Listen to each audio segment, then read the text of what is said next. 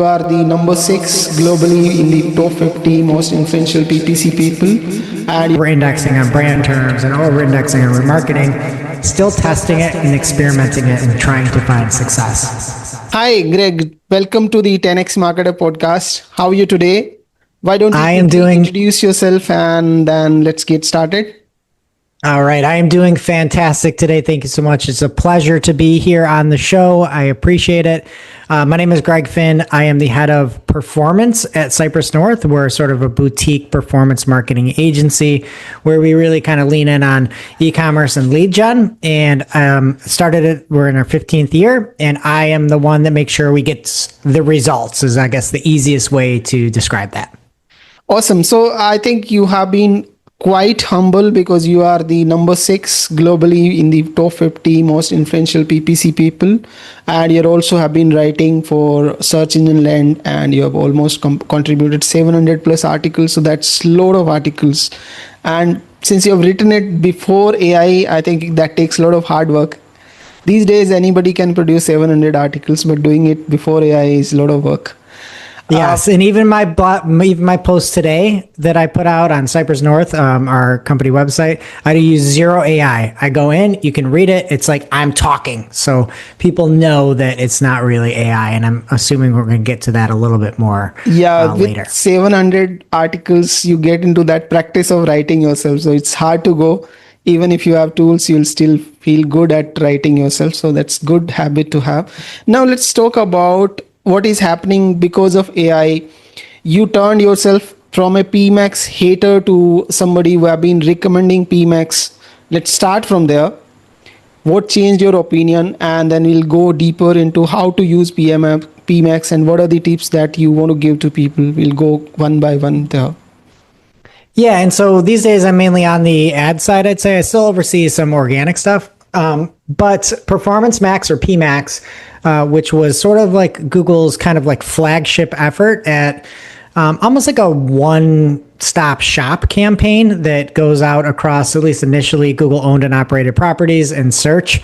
When it launched, it was not near the product that it is today. Right. And I think one sign of being a good marketer in general is being able to change your tune on certain things when things are improved. Also, the ability, even when it launched and it didn't have a lot of robust features and was over-indexing on brand terms and over-indexing on remarketing, still testing it and experimenting it and trying to find success. And I feel like I've been very at least vocal about that whenever something new is launched, a tool, it's a tool that could be used the wrong way or the right way. If I take a hammer and I try to smash a screw into a piece of wood, it's not going to work, but it doesn't mean the hammer's broken, right? Yep. It might mean that execution is broken. So with the launch of Performance Max, again, there were no brand controls. You didn't have negative terms. You couldn't really see where the spends were going to. You couldn't see how assets were performing. It was just really, people called it a black box. And over the years, Google has done a very good job of giving more insights back to advertisers that use Performance Max. So, we now have, in some accounts, we have negative keyword lists already, where we have negative keywords. They announced that we'd only have 100. They changed it to 10,000. We can see channel performance. You can see asset performance. And I would just say, Google has done a great job on the ad side to listen to advertisers as of late and really make better changes to their products from that feedback. And the Performance Max of today is very different from the Performance Max of before. But even at the before times, we would be testing and we would be trying. Awesome. So let's start with the one fundamental question that almost everywhere I've seen this in forums, talking to people in private. There are clear two sides when it comes to performance marketing, the B2B side and the B2C side. So if somebody is running, let's say, a shopping campaign, PMax will give them great results because you are able to input a lot of data. But there are a lot of agencies that are running PMax for lead gen because they are able to supply the offline conversions. But still there are a lot of others who are not able to do it properly because they don't have a mechanism to supply the offline data, or they don't have the right offline conversion tracking in place. Where do you stand? Is it going to work in specific campaign type, or is it going to work across the campaign if you have the right strategy? So that's a great question. And I'm going to break it out into the sort of those two buckets that you talked about at first. So I would say that Performance Max is not our go-to for the e-commerce side, let's say. So, or B2C or D2C, whatever you want to call it. And the reason for that, I would say, is that shopping ads, or PLAs as they used to be called, are very specific things.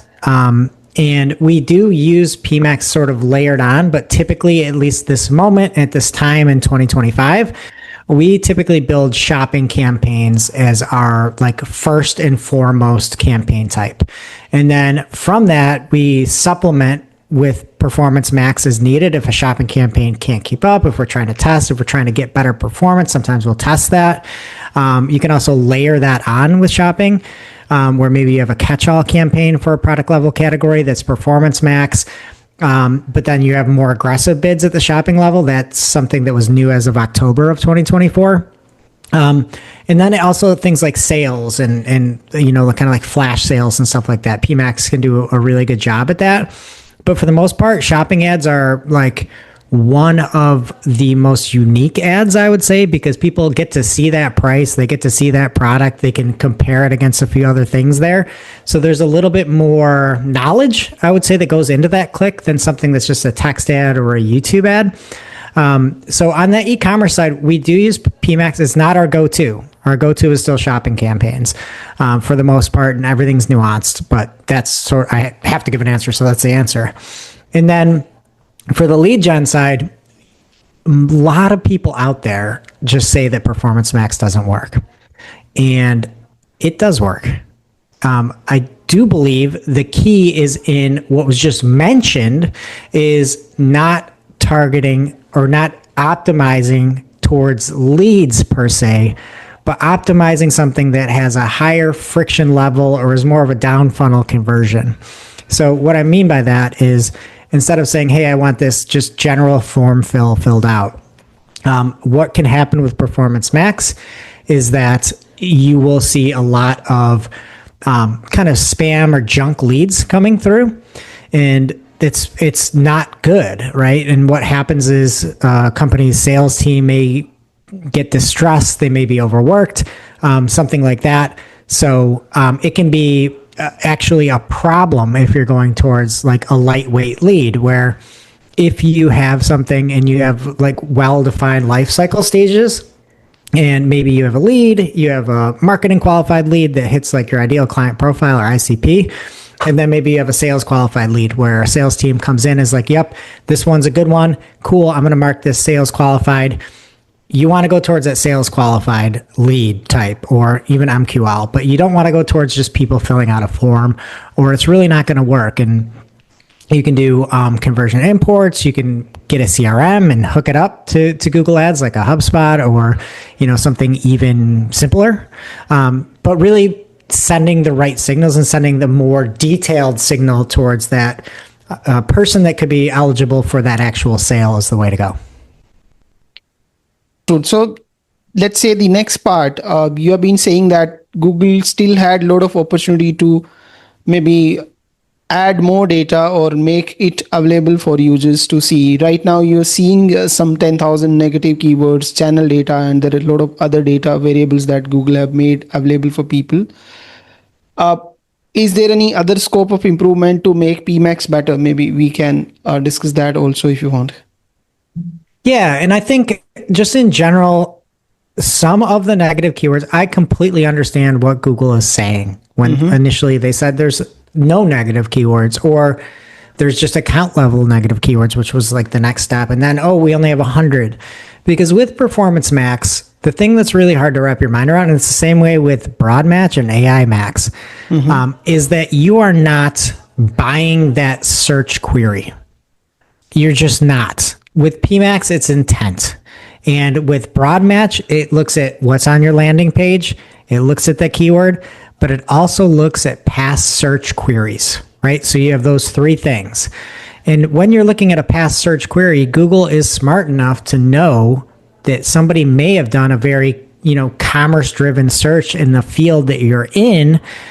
And then the secondary search that you're actually showing up for, that query might not be like a perfect match, but the intent is there. Yep. And so I think that's something that people are doing kind of wrong with Performance Max is thinking about it like it's just any other campaign and putting in all the same negatives and all the same things. Yes, if you sell something that is all new products, you probably want to negate used, right? Like that's probably something you don't want to show up for and you don't want to pay for.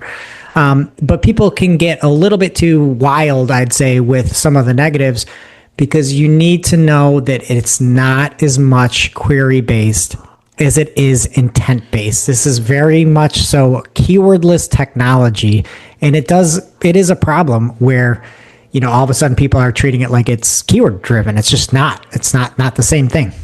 Yeah, so old habit stays there, just like the one we were talking about, you writing everything, because we have been so so familiar with the keywords when it comes to Google Ads, it's like hard to go by, right?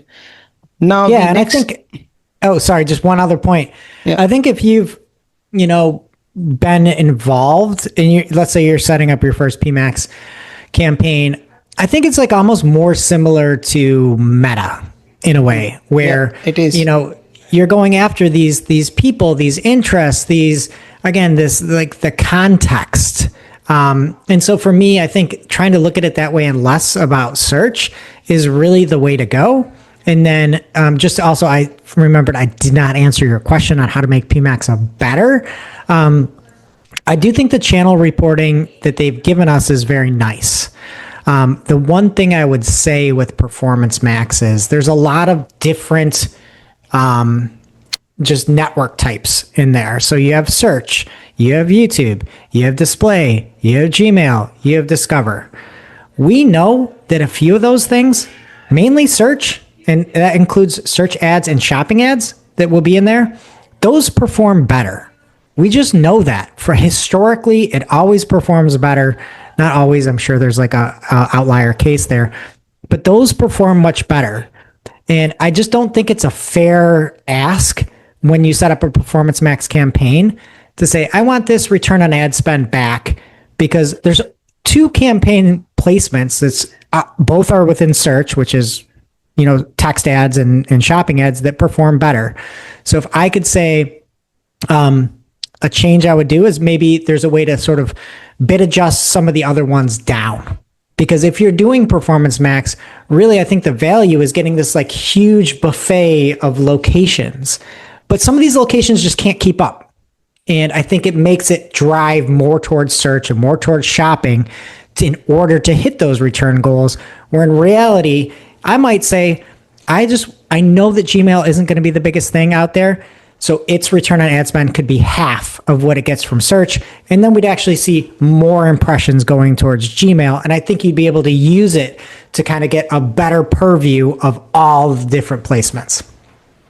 Understood. So let's understand the other part. This is what we are expecting from Google, right?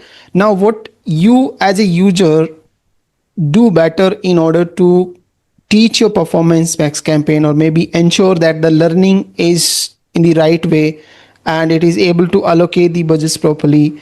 And since you don't have many levers, the chances of it going haywire is very high. What are the levers that you can have and control while you're running a PMax campaign?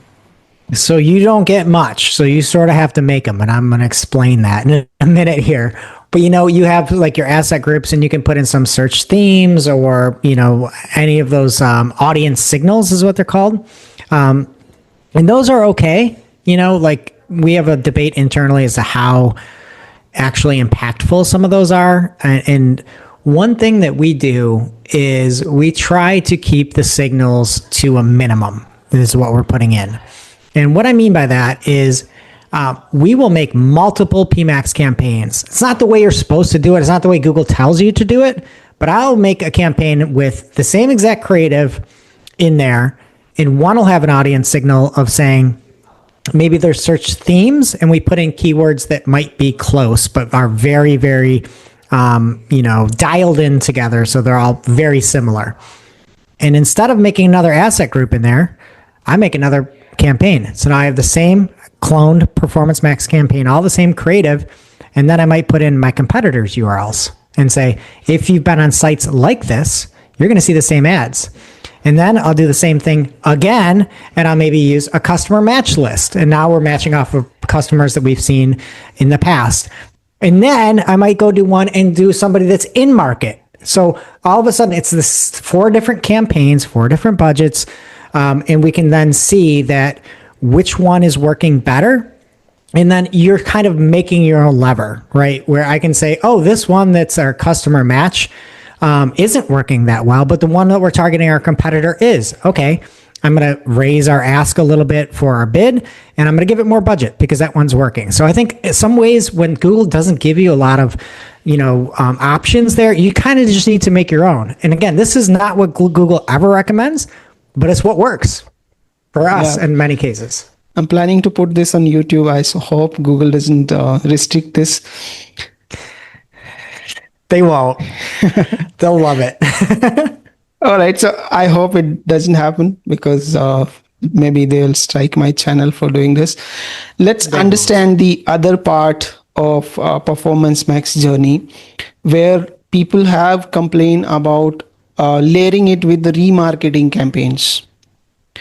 So all the remarketing that you used to do before PMax and after PMax, what is the change and what is the right strategies to club remarketing with PMax? Yeah, so that is something, again, in the early days was really, really difficult. Over-index on brand, as I mentioned, over-index on remarketing. There are new options out there, like bidding for new customer acquisition. Maggie from our team just put out a great article over on Search Engine Land showing how bidding for new customers and bidding for new high value customers work really well. I would just say one of the caveats is a lot of times when you set something up like new customer acquisition, if you are in a B2B space, it may not work as well based on the way that your list matches, right? And if you're dealing with people that are typically using Google or operating on their work machines with a different email than what their Gmail is, it may not work as well. But really trying to use some of that new customer acquisition can help to limit some of that remarketing. But there will be remarketing out there. It's just part of what it is. The nice thing is if you want to now with the channel reporting, you can go through and remove that if you wanted to and just say, here's everything that does not include display. Obviously, there'll still be some remarketing on search ads or RLSAs. There'll still be some Gmail. But that's just sort of part of it. And I would say the new customer acquisition is not perfect, but it's a step, right? It's a tool. It's a lever that we have that we didn't have earlier. So I would say new customer acquisition would be the way to go. Make sure that you're getting those lists updated regularly, if not daily. And that can help you find people that aren't current customers, at least, to bring aboard. Awesome. And see, I was reading it somewhere. So I'm changing the gear from PMax to AI now because everyone's favorite topic is AI these days. I was reading somewhere where you wrote that AI as a tool can make things worse if it starts doing everything for marketing. So I didn't really understand the entire context of this statement because you can explain it better. Yeah, no, I love AI. I use it every day. I do not think it is a replacement for using your brain to think, right? Like I know Mark Zuckerberg came out last month and is like, soon you will just be able to give a budget to Facebook and they will be able to do everything for you. And I think of that and that sounds like a living nightmare to me. I do not want Mark Zuckerberg. I do not want to just give him my money and have him do something. We see this all the time with Google and smart bidding, right? Like CPCs go up because we allow Google to set the bids. Then your competitor allows Google to set the bids. And all of a sudden the bids keep going up and the CPCs keep going up. And look at it. Just Q2 Google revenue that was announced today while we're recording is a 14% increase. Yeah, Crazy. so I think half of the world has already been doing that, right? People don't know how to use meta ads and they just keep boosting, so they are already filling Juck's pockets in a way, right? They don't understand Yeah. what results they're getting, they're just paying money. Yeah, and I think too that a lot of people downplay the quality of things. Right? And it's like, okay, I need to get a blog post up. I'm going to go do it with AI. Odds are it is not going, if you are an expert or if you actually have something to say, that is not going to be as good as what you could do with your actual brain. I know it's faster. Maybe you can use it for an outline. Maybe you can use it for research. Maybe you can use it for some topic generation. But really, what people care about is, I think this is going to be like the currency in the coming few years, is authenticity, right? Like when you go on to LinkedIn, you see these massive posts that you look at it and it's like, this is AI. I can see it's emoji, emoji, emoji, dot, dot, dot. And you look at it, I'm not going to read this because you didn't write this. I don't care what this computer thinks about whatever. And then like when I put out LinkedIn posts, I'll misspell some of the first things so people know that I wrote it. I write things quick and like I'm talking about it. I don't write things like, cross synergistic, applications of mix. Like I don't talk like that. And I think, and I started making videos so people know that it's actually me doing it. Yep. And it's worked really well. And I think there's going to be, I think there A is, and B will be big burnout on all this AI generated slop. I mean, you see people just putting up blog posts and their images are all broken and it's just, they just checked a box with it. So, here, since like even all the AI stuff has really blown up, we have invested in a full design department within our marketing team. We hired another designer on top of that. We just interviewed somebody today for the content side when nobody's hiring content. If people are leaning into this okay style of marketing, I'm going to lean into the great style of marketing and be the best. And I think that is just my mindset where I think it limits people, right? Because if you go out and you write a blog post only using ChatGPT and you put in all your prompts and you're super pumped about it and you just make a quick image with ChatGPT, it's not going to be the best you could do. Yep. It's just not. It's not. And people will know this. People aren't stupid. And so I think people look at it as a lot of replacement for the important things. And I think it is an assistance for the important things, not a replacement. True. I like the second part. They are more like an assistant than a replacement. But still people have to learn AI because that is important for them. Yeah. Like I said, I've got all these different prompts I use all the time. I use ChatGPT. I was using it at 4 a.m. this morning when I couldn't sleep. I was just looking up stuff and doing things and then coming up with I use it all the time, but you need to have your own unique spin. You need to have your own unique voice and you need to be authentic. And I think that's the one thing that AI is not there yet on is authenticity. And frankly, I'm scared for the day that it does become like an authentic human and it'll be here, but hopefully like 10 years away. Yeah, I think so. Now let's understand something that is more like a personal, and if you want to avoid answering this question, you can. Is there any real impact in all the retainers that you had before AI? Are there customers who are asking for maybe cheaper services because you're using AI tools? Or are there people who are going and saying that we'll do it myself because now we have all the AI tools to do the work that you have been doing? No. It has not been the case for us. I would say that we generally lean and skew higher, like more medium-sized to enterprise-size business. But honestly, like it's something that we're positioning ourselves that we are not that. And if you want that, we're not that agency for you. We care deeply about the results that we bring for people. We act as an extension of the team. If you ever need anything, you Slack us, Teams us, whatever us. And so honestly, like you would think that might be the case, but we, again, tend to lean into that performance side of things that's generally more important for companies and harder to do. So for us, it's there has been zero impact across the board. And to be fair, we're probably 75% of our business is on the ad side. So I'd assume that if you're on the organic side or SEO side, that's going to be a bigger hit with people just not really caring about the quality of their content and being able to leverage, AI to create their stuff. I think they'll pay for it later, but it's short-term win for them now. So I understand that's the case. It just hasn't been it for us. Yeah, I think more or less same has been the case for me also. We have almost, I think 75 invoices going on a retainer. And there has been only one or two requests where people said now they are using AI tools. So maybe you can reduce the price of content somehow. That was the only request we got. Otherwise, they have been with us for quite long time. And I don't think there's no lot of noise from people saying that they're losing customer because of AI or maybe not getting new customers. They need to focus on improving the quality maybe rather than finding the excuse of AI.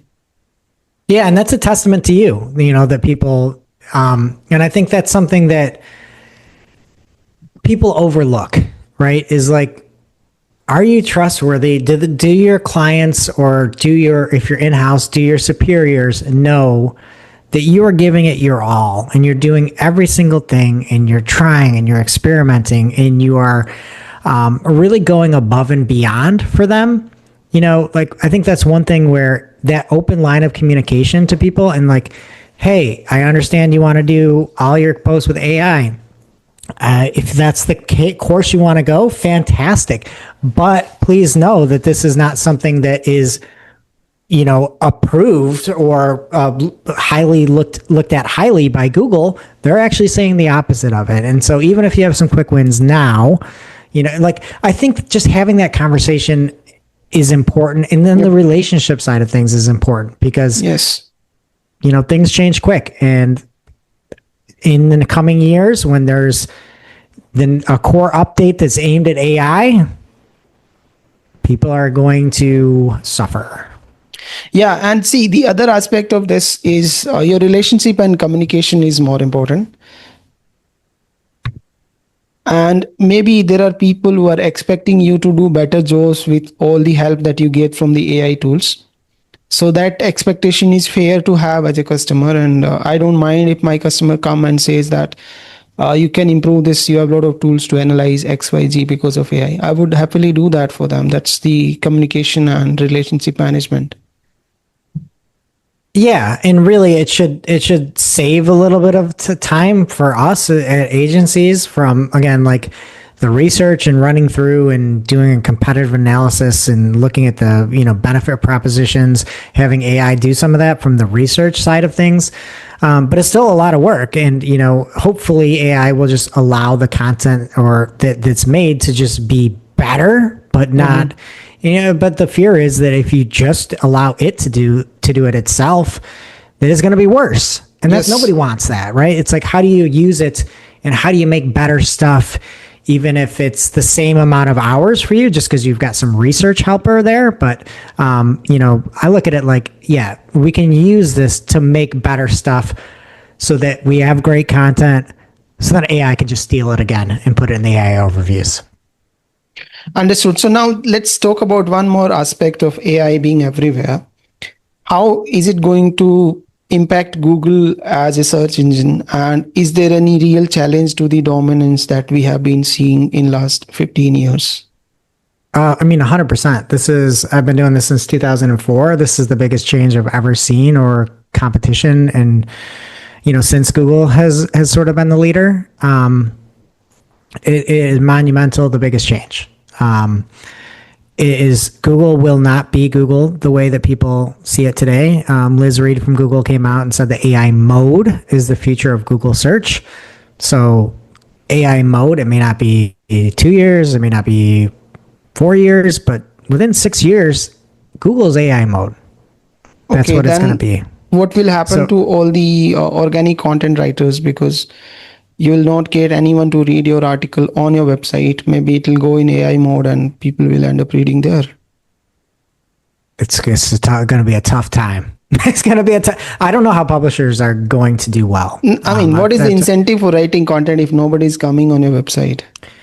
Well, I think there, like some of the stuff that we see today, I think everything will be morphed in a way, right? And I think a lot of at least the AI overviews and some AI mode has links, some other just it's a lot of links back to Google and back to Google business profiles and just keeping it in the ecosystem.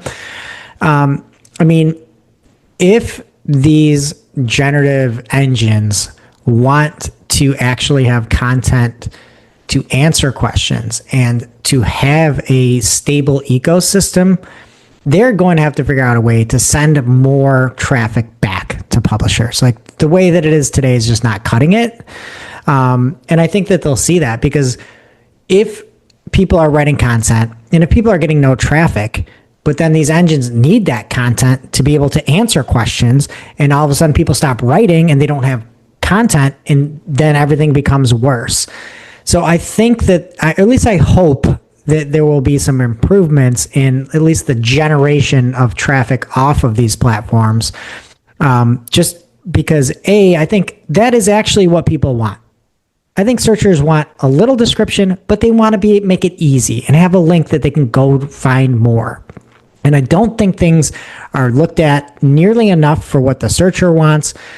And I do think that people still want to get to websites in order to do something. Nobody wants to just be on Google all day. That nobody wants it. So I think there'll be some changes there. Like this is still very early, in at least, like AI mode and even AI overviews.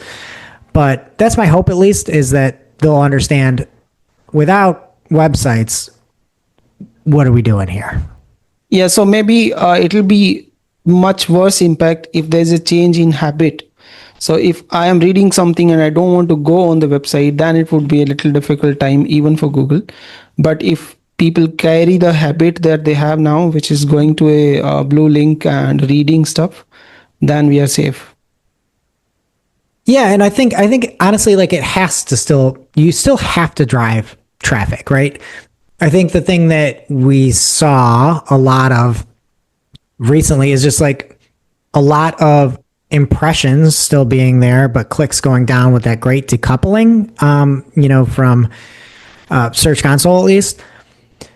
A lot of those clicks that can be answered generatively, like some of those questions that are simple and are like factual questions, like those, you're not going to be getting traffic from those, right? Like that's gone. That is never going to come back. But if somebody is still looking for the best pair of running shoes, they don't just need text, right? They need the running shoe to be purchased. Will that at some point, I know ChatGPT said they're going to have commerce and be able to buy right through there and they're going to take a cut. So that's fantastic.